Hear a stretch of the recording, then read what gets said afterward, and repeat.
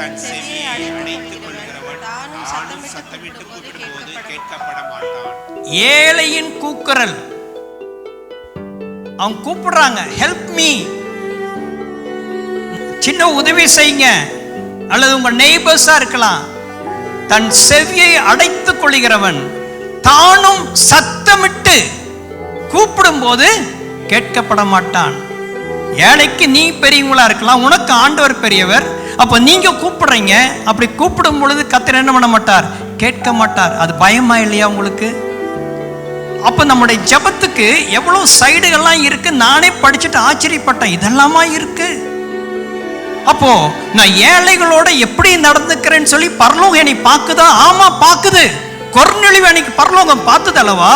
கொர்நேலியு ஜெபிக்கிறான். அதே டைம்ல பைபிள் எழுதியிருக்கு, உன்னுடைய தான தர்மங்களும் உன் ஜெபங்களும் பரலோகத்தில் வந்து எட்டினது.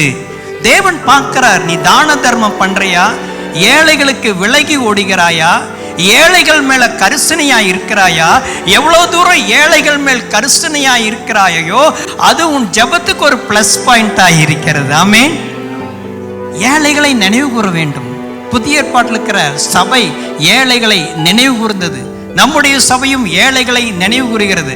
தனிப்பட்ட விதத்தில் நீங்கள் நினைவு கூறுகிறீர்களா எப்படி என்று நாம் பார்க்க வேண்டும். ஏழைக்கு இறங்கிறவன் கர்த்தருக்கு அவன் கொடுத்ததை அவர் திரும்ப கொடுப்பார் என்று சொல்லப்பட்டிருக்கிறது. ஏசாயா 58:7 வாசிக்க வேண்டாம். அந்த 58ஆம் அதிகாரத்தில் உபவாச ஜெபத்தை பற்றி சொல்லப்பட்டிருக்கிறது. நீங்க உபவாசம் எடுக்கிறதுனா ஏழைகளுக்கு நீங்க ஆகாரம் கொடுங்க, வஸ்திரம் இல்லாதவங்களுக்கு வஸ்திரம் கொடுங்க. 40 நாள் உபவாசம் எடுக்கிற, 21 நாள் உபவாசம் எடுக்கிற, உனக்கு அந்த சாப்பாட்டு காசு மீதி ஆகுதே அதை எடுத்து ஏழைகளுக்கு கொடு, நன்மை செய். அப்படிதான் அவர் சொல்றாரு. அப்படியானால் ஜெபத்தில் ஏழைகளும் அடங்கி வருகிறார்கள். ஏழைகளுடைய விசாரிப்பும் உன்னுடைய வாழ்க்கையில காணப்படுகிறதா என்பதையும் நீ ஜெபம் பண்ணும் பொழுது தேவன் நோட் பண்ணக்கூடியவராய் காணப்படுகிறார். ஆமென். அதுக்கு ஆதாரமா இன்னொரு வசனத்தை படிப்போம். யாக்கோபு 2:13. ஏனென்றால் இரக்கம் செய்யாதவனுக்கு இரக்கம் இல்லாத நியாய தீர்ப்பு கிடைக்கும், நியாய தீர்ப்புக்கு முன்பாக இரக்கம் மேன்மை பாராட்டும். ரொம்ப பயங்கரமான வசனம், ஸ்கிரீன்ல போடுங்க. யாக்கோபு 2:13 இன்னொரு இடம் படிங்க. ஏனென்றால் இரக்கம் செய்யாதவனுக்கு இரக்கமில்லாத நியாய தீர்ப்பு கிடைக்கும், நியாய தீர்ப்புக்கு முன்பாக இரக்கம் மேன்மை பாராட்டும். இதனுடைய அர்த்தம் என்னன்னா, இரக்கம் செய்யாதவனுக்கு இரக்கமில்லாத நியாய தீர்ப்பு. உங்களுக்கு விளங்குதுங்களா? யாருக்குமே நீங்க இறங்கல, உங்க வாழ்க்கையில இரக்கம் என்பதே உங்களுக்கு இல்லை. அப்போ இரக்கம் செய்யாதவனுக்கு இரக்கம் இல்லாத தேவனுடைய நியாய தீர்ப்பு நாள்ல உனக்கு இரக்கமே கிடைக்காது. அப்படிதான் எழுதி இருக்குது. அப்புறம் சொல்றாரு, நியாய தீர்ப்புக்கு முன்பாக, ஆமா, நியாய தீர்ப்பு கொடுக்கணும். அந்த இரக்கம் வந்து துள்ளிட்டு வரணும், டான்ஸ் ஆடும். இவர் இரக்கம் பண்ணியிருக்காரு. அப்போ அந்த நியாய தீர்ப்புலேருந்து கர்த்தர் நம்மை விடுதலை பண்ணுகிறார். புரியுதுங்களா?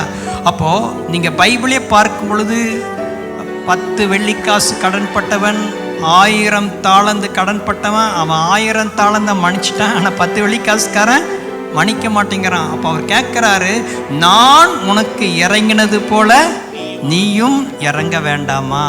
இரக்கம் காட்ட மாட்டேயான்னு அவனுக்கு நியாய தீர்ப்பு கொடுக்குறார். மீதி உள்ள வசனம் நியாய தீர்ப்பு தான் போகுது.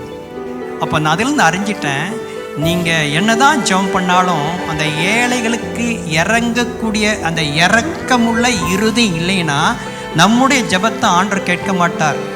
இயேசுவே அந்த மத்தேயு 5 மலப்பிரசங்கத்தில் சொல்றாரு, இரக்கம் உள்ளவர்கள் இரக்கம் பாக்கியவான்கள், அவர்கள் இரக்கம் பெறுவார்கள்.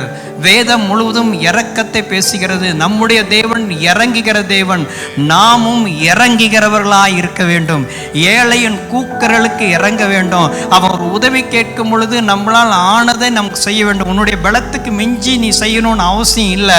ஆனால் உன்னால் முடிந்ததை நீ கட்டாயமாக செய்ய பரலோகம் உன்னை எதிர்பார்க்கிறது. அதுவும் உன் ஜெபத்தோடு கூட இணைந்ததாக காணப்படுகிறது.